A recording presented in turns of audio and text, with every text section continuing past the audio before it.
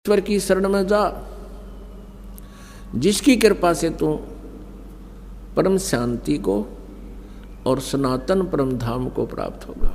पुण्यात्माओं, उसी रहस्य को बताने के लिए परमात्मा परमेश्वर पूर्ण ब्रह्म, जिनका वास्तविक नाम कबीर देव है, कबीर देव, हम उसको कबीर साहब कहते हैं, कबीर परमेश्वर कहते हैं, वो परमात्मा स्वयं अपने सतलोक स्थान से, उस सनातन परम धाम से, जहाँ जाने के बाद फिर प्राणी जन्म मृत्यु में कभी नहीं आता, तो वो परमात्मा स्वयं वहाँ से चलकर गति करके आते हैं अपनी प्यारी आत्मा को, जो अच्छी आत्माएं हैं, जो ज्ञान ग्रहण करने योग्य होती हैं, उनको आकर के वो ज्ञान बताते हैं और उसको अपने से पूर्ण परिचित करा के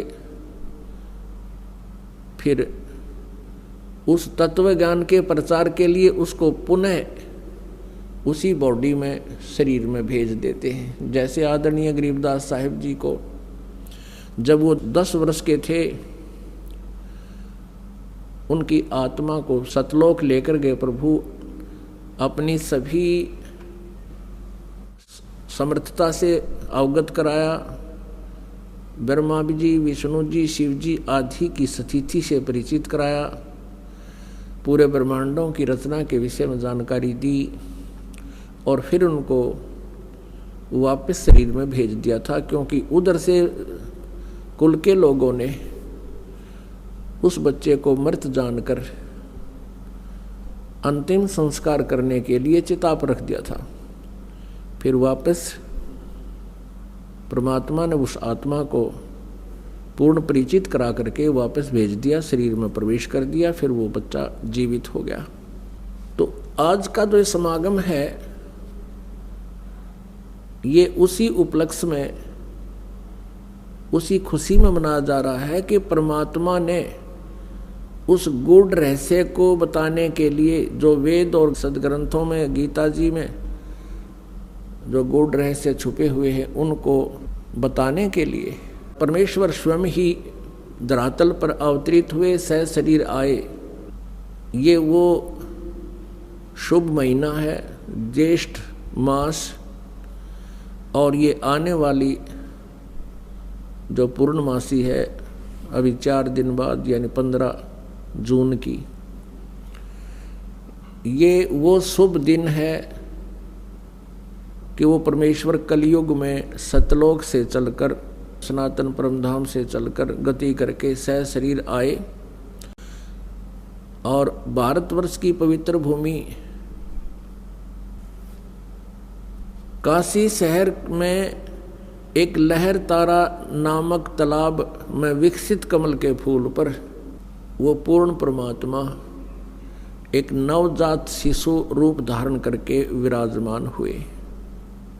ब्रह्म मुहूर्त, सूर्य उदय होने से लगभग 1.5 घंटा पूर्व के समय को ब्रह्म मुहूर्त कहते हैं। उसी समय एक अष्टानंद नाम के ऋषि, वो वहाँ लहर तारा तालाब पर एकांत स्थान देखकर स्नान करते थे, और जैसा भी उनके पूज्य गुरुदेव स्वामी रामानंद जी ने जो साधना करने को बता रखा था, वह कुछ देर बैठकर वो सुबह सुबह भगवान का चिंतन भी किया करते थे। स्वामी अष्टानंद जी अपनी साधना करने की तैयारी में थे, स्नान कर चुके थे, आंखें खुली थी और ज्ञान मुद्रा में विराजमान थे। उन्होंने क्या देखा कि आकाश से एक प्रकाश पुंज आ रहा है, प्रकाश का एक गोला सा आता नजर आया। ज्यों ही ऋषि जी ने उसको ध्यान से देखना चाहा, अष्टानंद जी की आंखें चुंधी आ गई।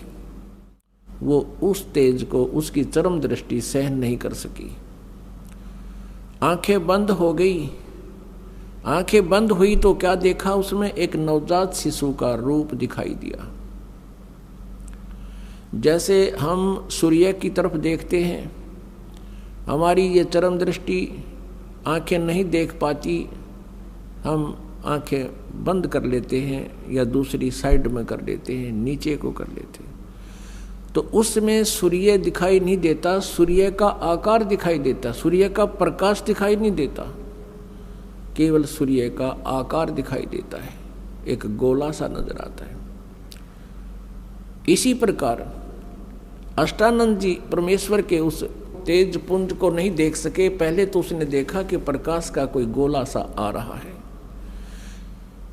फिर आंखें बंद की, फिर दूसरी साइड किया, फिर इधर किया, क्या देखा कि वो नवजात शिशु का वो प्रकाश रहित रूप दिखाई दे रहा है, जैसे सूर्य को देखने के उपरांत उसका प्रकाश रहित आकार दिखाई देता है।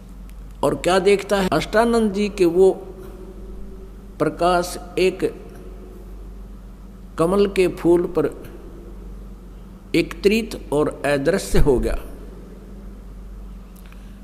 अंधेरा सा था, वो देख नहीं सका, लेकिन इतना तेज प्रकाश अपने आप गति करके आ रहा था, इससे वो अचंभित बहुत हुआ।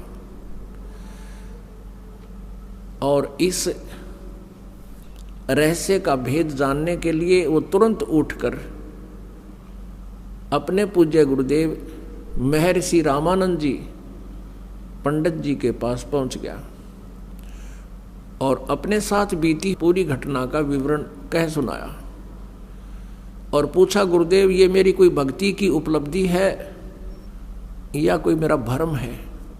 ये कोई स्वप्न भी नहीं कह सकते, क्योंकि मैं जागृत और खुली आंखों देख रहा था। स्वामी रामानंद जी को जितना भी अध्यात्म ज्ञान था, उसके आधार से अपने शिष्य अष्टानंद जी की संतुष्टि करने के लिए उन्होंने कहा कि अष्टानंद, आकाश से जब ऐसे प्रकाश पुंज आते हैं तो वो कोई देव आत्मा होती हैं और स्वर्ग लोक से आते हैं, यहाँ किसी माँ के गर्भ में वो प्रवेश करेंगे और फिर जन्म लेंगे और अपना जिस उद्देश्य से वो आते हैं उस कार्य को वो फिर पूरा करेंगे। ऐसे लक्षण महापुरुषों के अवतरित होने के होते हैं। अब जैसा भी उस ऋषि को ज्ञान था, अपने शिष्य को संतुष्ट कर दिया और कहा कि अष्टानंद, तेरी कोई भक्ति की उपलब्धि नहीं है। उधर से क्या हुआ कि एक गौरी शंकर और सरस्वती नाम के पति पत्नी ब्राह्मण थे। भगवान शिव जी के बहुत उपासक थे, कट्टर समर्थक थे, इष्ट रूप में उन्हीं को मानते थे, अन्य किसी देव को वो पूज्य नहीं मानते थे। और निस्वार्थ वो भगवान शिव की कथा सुनाया करते थे, महिमा सुनाया करते थे। जो भी पैसा उनके पास आ जाता था कथा करते समय, तो अधिकतर वो धर्म में लगाया करते थे। उनका कोई संतान नहीं थी, विवाह को लगभग 20-25 वर्ष हो गए थे, उनके कोई संतान नहीं थी और संतान की चाह उनके हृदय में बहुत घनी थी। रह रहकर भगवान शिव जी से प्रतिदिन प्रार्थना किया करते थे। कुछ दिनों के बाद क्या हुआ कि जो काशी के अन्य ब्राह्मण थे, जो जनता से पैसे लेकर के उनको गुमराह करके पैसे ऐंठा करते थे, उनको लगा कि जो गौरी शंकर है ये निःशुल्क और निस्वार्थ भाव से जनता को कथाएं सुनाता है और काशी के लोगों की अधिक आस्था इस गौरी शंकर में होती जा रही है। इस कारण से वो ईर्षा किया करते थे, लोगों को कहा करते थे कि ये गलत है, ये झूठी कथाएं सुनाता है, उसमें बहुत से दोष निकालते थे। दूसरी तरफ मुसलमान बहुसंख्या में बनारस में थे, वो भी इस बात से परिचित थे कि काशी के अन्य पंडित गौरी शंकर से ईर्षा रखते हैं, वो इनके साथ नहीं है। और हिंदू धर्म का अत्यधिक प्रचार बनारस में ये गौरी शंकर कर रहा है। ये शिवजी का पुजारी है। तो उन्होंने ऐसा अवसर देखा कि अब न तो हिंदू गुरु इसके साथ है, उन्होंने अपना जल उस गौरी शंकर के परिवार के पूरे घर में छिड़क दिया। मुसलमानों ने झूठा जल करके सारा छिड़क दिया और जबरदस्ती गौरी शंकर और उसकी पत्नी को पिला दिया। इस दृश्य को वो ईर्ष्या करने वाले अन्य ब्राह्मण देख रहे थे। उनको पता चला। उसी दिन से उन्होंने गौरी शंकर और सरस्वती जी को अपनी बरादरी से निकाल दिया और कह दिया कि ये मुसलमान बन गए हैं, इन्होंने झूठा पानी पी लिया है, जबकि उनको बाई फोर्स पिलाया गया था। अब ऐसी स्थिति में गौरी शंकर ने मुसलमान धर्म को स्वीकार कर लिया, क्योंकि हिंदुओं ने उनका बहुत विरोध कर दिया और गंगा में स्नान करना भी बंद करवा दिया कि अब ये मुसलमान हो गया, ब्राह्मण नहीं रहा, हिंदू नहीं रहा। अब गौरी शंकर का नाम बदलकर नीरू रख दिया मुसलमानों ने और सरस्वती का नाम नियामत रख दिया, उसको नीमा कहने लगे, और नीरू का नाम नूर अली रख दिया, उसको नीरू कहने लगे। लहर तारा नामक तालाब की स्थापना कैसे हुई? वो एक बहुत बड़ा गड्ढा था, लगभग सैकड़ों एकड़ में झील थी और गंगा का पानी लहरों के द्वारा ओवरटेक होकर, ओवरफ्लो होकर, जैसे पशु घाट बने हुए थे उनसे उछलकर वर्षा के दिनों में जब फुल स्वयं पर गंगा चलाकर बहती थी, तो पानी ओवरफ्लो होकर के लहरों के द्वारा रिस रिस के ऊपर के उछल के एक बहुत बड़े सरोवर का रूप धारण किए हुए था। उसका जल गंगा के तुल्य ही निर्मल था। लंबी चौड़ी झील थी, झील तो नहीं कह सकते, लंबा चौड़ा सरोवर था, वो तालाब था। और अष्टानंद जी भी वहाँ एकांत स्थान पा करके स्नान किया करते थे उसी स्वच्छ जल में। उधर से नीरू नीमा पहले ब्राह्मण थे, प्रतिदिन गंगा पर स्नान करने जाते थे। गंगा में स्नान करना ब्राह्मणों ने उनको प्रतिबंध लगा दिया, मना कर दिया। तो वो भी उसी लहर तारा नामक तालाब पर स्नान करने के लिए प्रतिदिन जाया करते थे। उस दिन भी जिस दिन परमात्मा उनको मिले, वो प्रतिदिन की तरह सुबह उठकर, ये गर्मियों का मौसम, सुबह वक्त से उठकर चल पड़ते थे। जहाँ वो रहते थे उनकी जुलाहा कॉलोनी से लगभग 4-5 किलोमीटर की दूरी पर वो लहर तारा तालाब था। प्रतिदिन वो सैर भी हो जाती थी, स्नान दोनों पति पत्नी वहाँ करके आते थे। वो भले ही मुसलमान बन गए थे, लेकिन भगवान शिव को नहीं भुला पाए थे। अंदर से वो फिर भी पुकार उसी अपने इष्ट को ही सुनाते थे।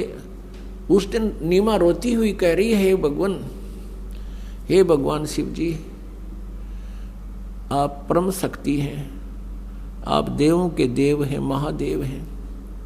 मुझ दासी को भी एक खिलौना दे देते, आपके दरबार में भरे भंडार हैं। मुझे भी एक पुत्र दे देते, मेरा भी संसार में हिस्सा हो जाता। और दुनिया मेरे ऊपर कटाक्ष कर रही है, ना जाने क्या क्या कहकर हमें चिढ़ा रही है। ये परमात्मा, आपकी दासी का जीवन सफल हो जाता। उधर से न्यू कहकर वो बहुत जोर जोर से रोने लगी, बहुत हिचकी बंद गई। उधर से नीरू कहता है, नीमा, यदि हमारे भाग्य में होता तो भगवान शिव अवश्य दे देते। आयु हमारी 60 के आसपास पहुंच चुकी है, वृद्धावस्था ने दस्तक दे दिए हैं और हम अभी भी उसकी तरफ चाह कर रहे हैं। आप ऐसे रोती रहोगी, आपकी आंखें खराब